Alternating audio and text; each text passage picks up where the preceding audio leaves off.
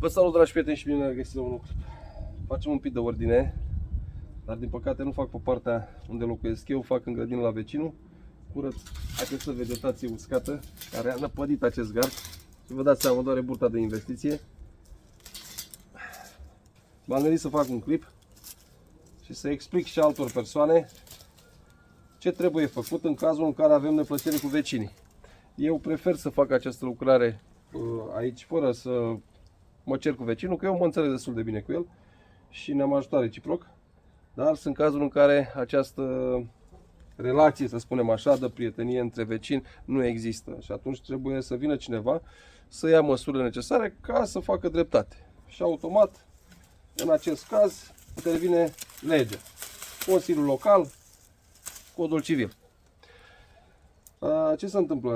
În momentul în care aveți neplăceri de acest gen, eu știu, vegetație uscată, bălării, nu știu, iarbă necosită sau altă vegetație care a crescut și vă afectează direct pe dumneavoastră, puteți să vă adresați Consiliul Local și sigur există măsuri care se pot lua împotriva proprietarilor.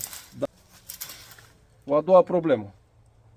Orice locuință, orice casă, orice construcție nu trebuie făcută la distanță mai mică de 60 de cm de gardul care vă desparte. E făcută la mai puțin de 60 de centimetri, adresați-vă cui trebuie și vă spun că aveți câștig de cauză. Dar acum eu nu vreau să îndemn la răutate, dar vedeți noastră că știți cum e în viață. Te las, dar la un moment dat când mă întorc, nu se știe. Așa suntem și noi, vecinii care suntem puțin mai, eu știu, indulgenți cu anumite tâmpenii pe care le fac alții, dar la un moment dat asta e, ce să facem. Cea mai bună apărare este atacul. O altă regulă, tot ce curge, apă, zăpadă, după orice construcție pe care o are vecinul, trebuie să cadă, să curgă pe terenul lui. A căzut la tine, există o problemă și trebuie rezolvată. Există lege să remedieze această problemă. Nu trebuie să aibă pomi plantați la mai puțin de 2 metri, pomi care cresc mai mari de 2 metri înălțime. Deci la 2 metri distanță de gard poate să-și planteze omul ce dorește. Dar, în cazul în care plantează un pom care crește mult mai înalt, o să fie obligat sau puteți să-l obligați să-l taie la 2 metri înălțime. În cazul în care oamenii și-au plantat, eu știu, tuia sau, nu știu, arbuști, flori sau ceva ce nu depășesc 2 metri înălțime, atunci nu e niciun fel de problemă, poate să planteze și la mai puțin de 2 metri de gardul care vă desparte.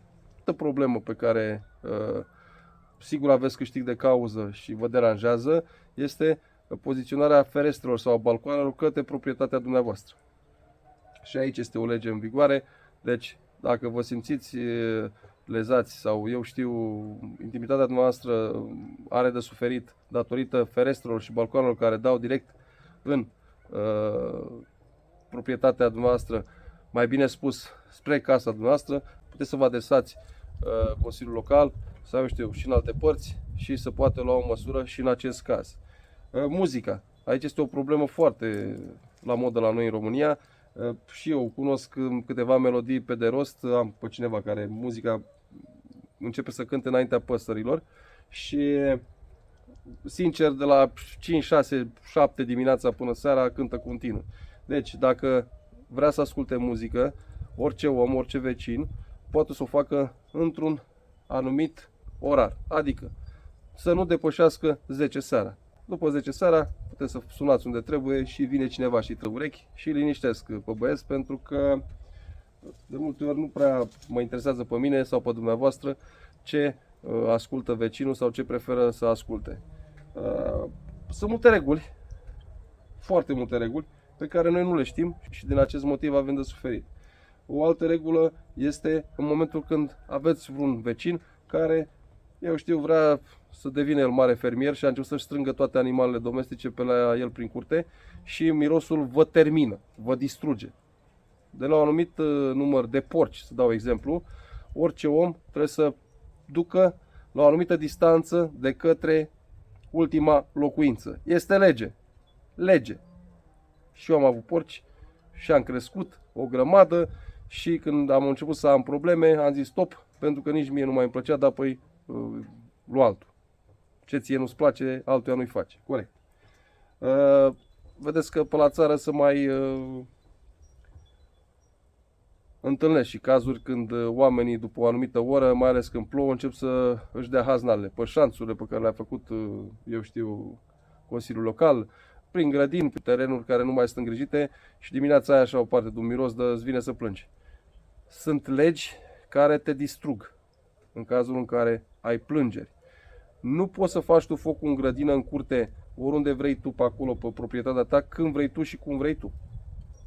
Nu merge să dai tu foc la vegetația ta uscată că ți-a venit ție, sau să mai dai foc la niște lână că nu-ți mai trebuie, sau eu știu, la niște haine murdare, sau eu știu ce mai ai tu prin gospodărie. Nu ai voie. Ai probleme de acest gen, Consiliul Local trebuie să ia măsuri. Orice plângere se face scris, număr, ca să ai succes. Ai făcut-o verbal, mai bine nu mai te duci. Termen de 15 zile sau poate chiar și mai puțin, trebuie să primești un răspuns.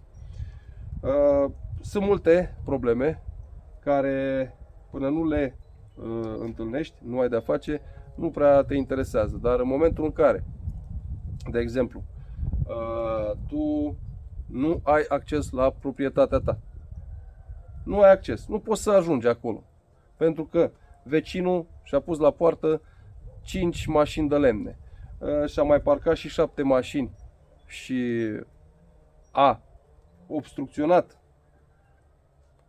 accesul tău către proprietate. La fel, există legi care o să facă în așa fel încât drumul tău să fie liber și să poți să ajungi acolo.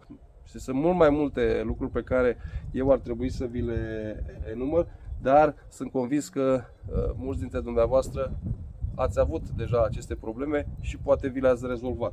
Totuși, nu e de neglijat și ultima chestie pe care vreau să vă spun, lipsa de atitudine pe care o avem în momentul în care vecinul are 30 de câini și lasă dați drumul pe unde vrea inimioara lui. Vedeți-mă că, vedeți unde am ajuns, au fost niște cazuri acum ceva timp, din cauza acestor animale care, să știți că nu ele sunt animale, ci noi suntem animale, noi oamenii, pentru că nu știm să gestionăm această problemă. Este foarte simplu, ai animale, ține legate, vezi că n-ai voie să le dai drumul, să-ți umble ție pe stradă când vrei, la orice oră, câinele stă dezlegat de la ora 10 seara până la 6 dimineața. De atunci, dacă ți-ai ieșit pe stradă, e o problemă. Ai gardă 5 metri, lasă-l în curtea să-ți facă ce vrea, dar nu lăsa pe drum. Este o problemă. Aici ține și de obraz și de creier, dar nu mai există nici obraz, nici creier la unele persoane. Oameni buni, eu vreau să-mi continui treaba și nu vreau să vă plictisesc prea mult cu problemele mele, dar sper că am ajutat puțin pe cei care au întâmpinat probleme cu vecinii și v-am spus și mă repet, nu îndemn la lucruri care să afecteze ambele părți, eu îndemn la, eu știu, împăcare, să fie o înțelegere între vecini, o prietenie, mai bine spus, că mai repede ți-e vecinul decât rudele apropiate, la necaz, la bucurie, dar vedeți că sunt și cazuri în care oamenii au uitat că sunt oameni și exact cum spunea cineva acum ceva timp, ceva care mi-a rămas undeva aici, puțini oameni, restul populație. Toate cele bune!